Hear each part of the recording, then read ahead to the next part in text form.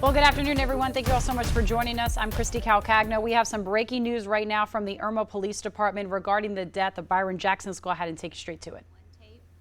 Along with some body cam footage of the incident that occurred on June 22nd. He will provide as much information as he can, but I also remind you all that this incident is still under investigation by SLED. So he will be limited in the amount of information he can provide, and he will not answer any questions aside from the information he provides. Thank you, Chief. Good morning. Thank you all for coming. We just wanted to have you here today so that we can clarify some things. Hopefully this will answer some of the questions, especially questions the family have. But as Chief Torrey said, we've got an audio recording of the 911 and some body cam footage that we're going to show you, and there'll be some pauses that I'll explain some things that are going on. But for right now, we'll go ahead and start the 911 call of the initial incident. County 911, what is the address of the emergency? Tell me exactly what happened. Well, it's a guy in a minivan right in front of my house with the lights on and everything, kind of suspicious, and then he's doing something like either fighting somebody inside of the van or something, but it's right in front of my house. And I don't want to go out. Okay. But it's kind of suspicious, like right in front of my house, if he's coming in.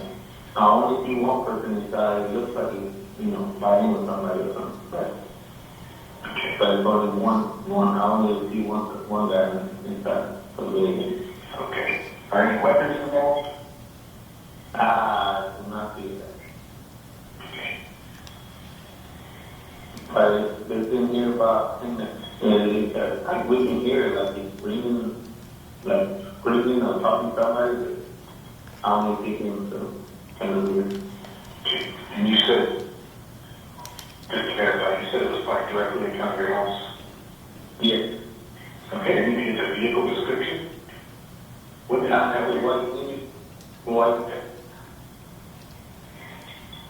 It's kind of like a work truck or like a minivan, like a delivery minivan.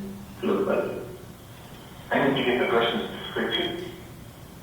So let me know.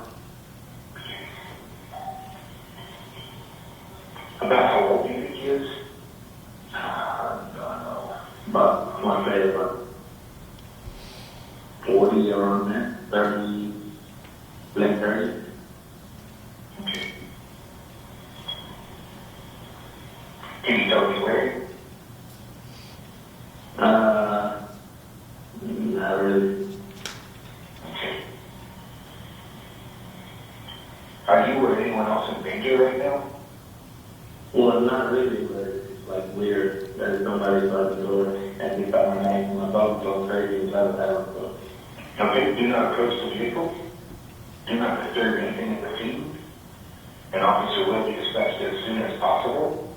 Call us back if you see changes or if you have any further information, or if the person leaves.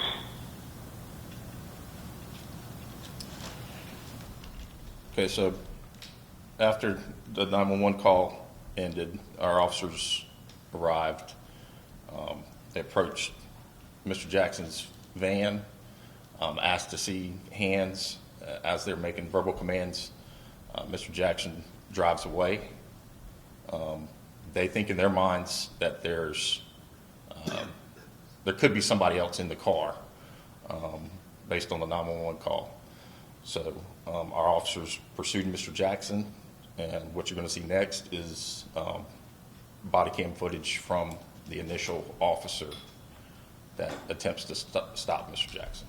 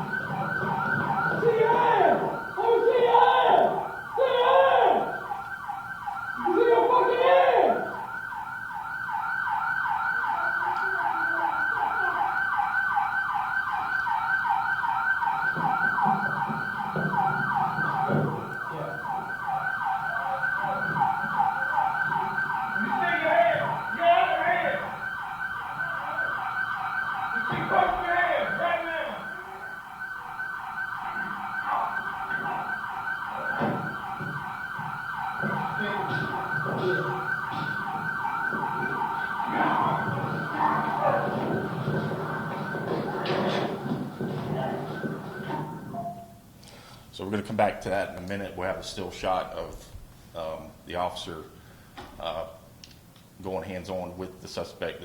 Mr. Jackson actually gets out of the car. They have a tussle, and they end up falling down this ravine together about 15, 20 feet. This next clip is responding officers that will show you what you just saw in the previous clip of the two officers calling Mr. Jackson out of the van.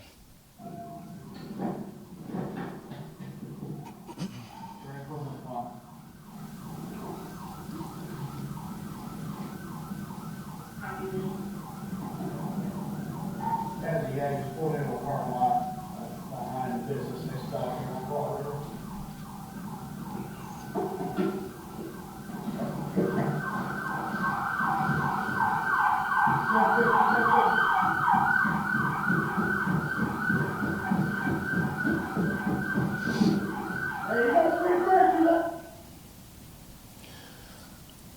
All right, so at this point, the two primary officers, who I'm going to identify in just a minute, they were the initial officers that have contact with them.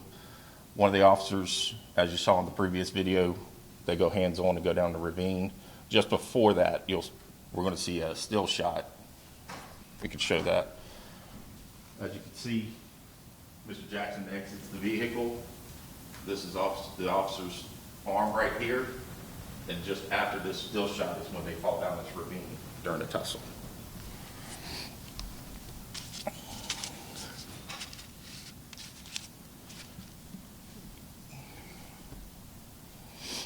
These are the two officers that we just showed you.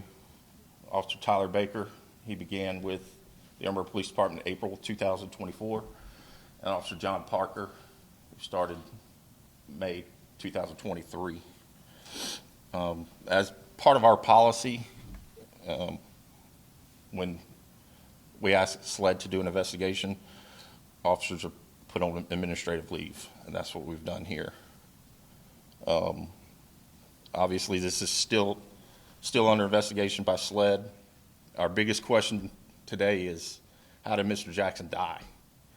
The autopsy report is not ready. However, we know he had no physical injuries. But that's the biggest question I know the family wants to know. We all want to know.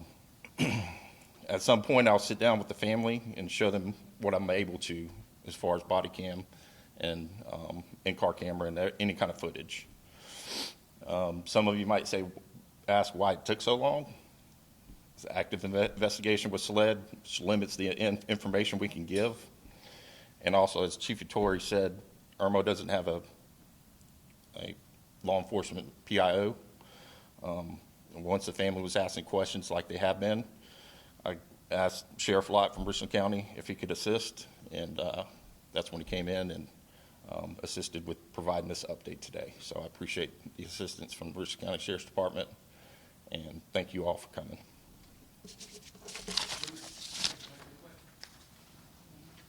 All of the information that was put out today, the 911 tape and the body cam footage, will be posted on our press box for you guys to access.